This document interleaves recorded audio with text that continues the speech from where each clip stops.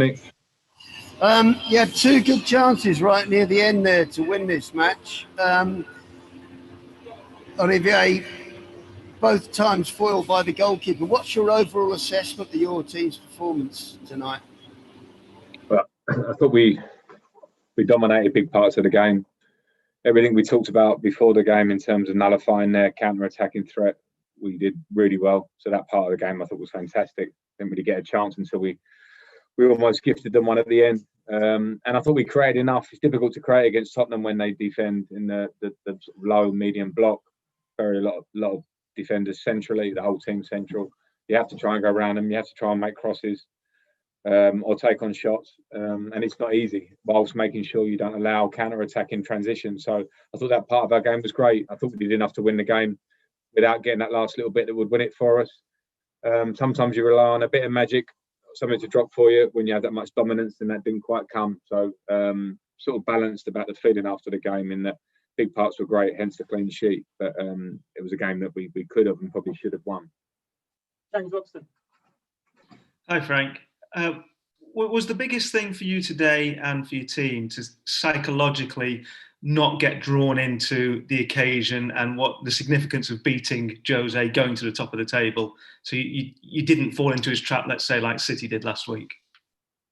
No, I think it's clear that Tottenham, against when they play this kind of game, they did against City last week, they tend to adapt to take the style of being organised and wanting to counter-attack. The manager sets that tone. They have great players in forward areas to play in that way. Kane and Son we all know about, and the types of goals that they're scoring recently. So it's a big factor of the game. But we were at home, so we wanted to control the game. We did. As I said before, could we have had a little bit more magic or something happen for us or drop for us at the top end of the pitch? There was only really one team for the majority of the game that was searching for those moments, and that was us. I didn't think of it that way before the game in terms of Jose or whatever. It was just a game in front of us. We're playing pretty well that we wanted to win. And in the end, we didn't quite have enough at the top end of the pitch to do that. But it was certainly a game that we were the controlling team. Hi, Frank. Hi, Matt. We've just heard Jose describe Tottenham as a pony who are not even in the title race.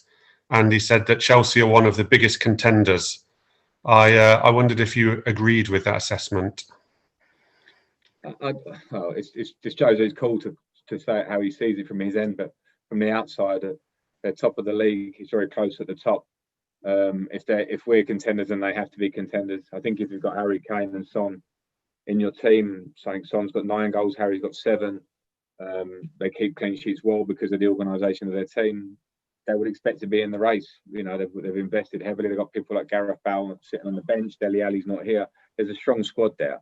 So I think we're all competing. But Jose can say it as he sees it. Hi, Frank. You okay? Hi, Jerry. Good, thank you. Yeah. Jose also said Chelsea would be pleased to be only 2 points. Sorry. Jose also said Chelsea would be pleased to only be 2 points behind Spurs and Liverpool at this stage. Is that how you feel? I'm not sure what angle he's coming from saying that. In what way?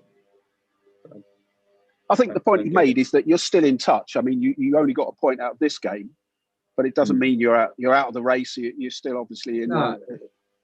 Yeah, I see that. I don't think the result either way today would have changed the idea that there's a long way to go. There's so many games to go. I don't think it would have changed anything. I think I suppose it's irrelevant what the feeling is after the game from Jose's point of view for us. We just have to focus on ourselves. We know it's tight at the top. There are not just ourselves, Tottenham and Liverpool in the race. There are a lot of teams around us in this season, which is looking slightly different to recent seasons. So I don't really know what to say about that, to be honest. Okay, last two, Nick Purell and Andy Dillon's finish. Hi Frank, thanks for your time. Obviously, I guess you're slightly frustrated not to win that today, but how do you assess where you are overall? Are you pleased with the start? And in terms of how do you think fans coming back will alter things when you look at maybe it might be more difficult for the players to communicate on the pitch? Obviously, guys who haven't played together before, they've built a relationship in an empty stadium, haven't they? Will it be another adjustment when the fans are back? I'm not frustrated too much with it. Maybe my face or my tone is saying I'm frustrated. We wanted to win the game, and I think there's a frustration of sorts, it's because we deserve to win the game in terms of chances and territory. But you only get what you deserve if you score the goals, which we didn't do. So that's the minor frustration today. I thought we played a really good game. There was one team pushing strongly to win the game, and the other team were sort of trying to stay in the game and get a draw probably at the end for sure. In terms of where we're at, I'm pretty happy. I think bringing signings into the club, I keep saying the same thing, but it doesn't mean that everything works instantly. We have to gel, we have to work, we have to build relationships with the players, and we are doing that.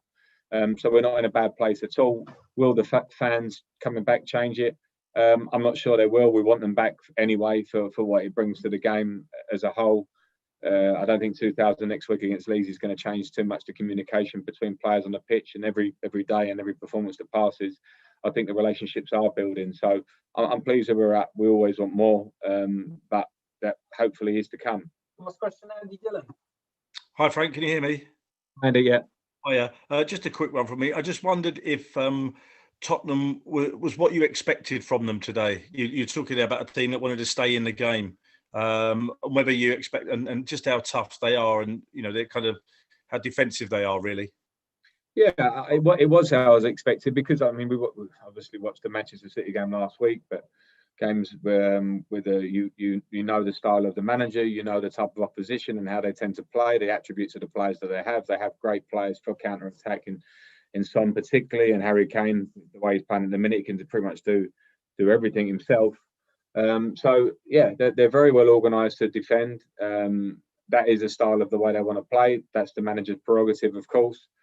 So I expected that we would have a lot of possession and dominate territorially as well, which we did. I just wanted us to be able to really put them under pressure by going wide and making crosses into the box, and to keep them sustained pressure. And I think at periods of the game we did do that. And at those points are the points we have to be clinical. And probably today the one thing is that we want that clinical in that situation. So the game did kind of go how I expected. I'm pleased with the fact that we didn't really give them a sniff on the counter attack. Disappointed, of course, that we didn't take one of our chances.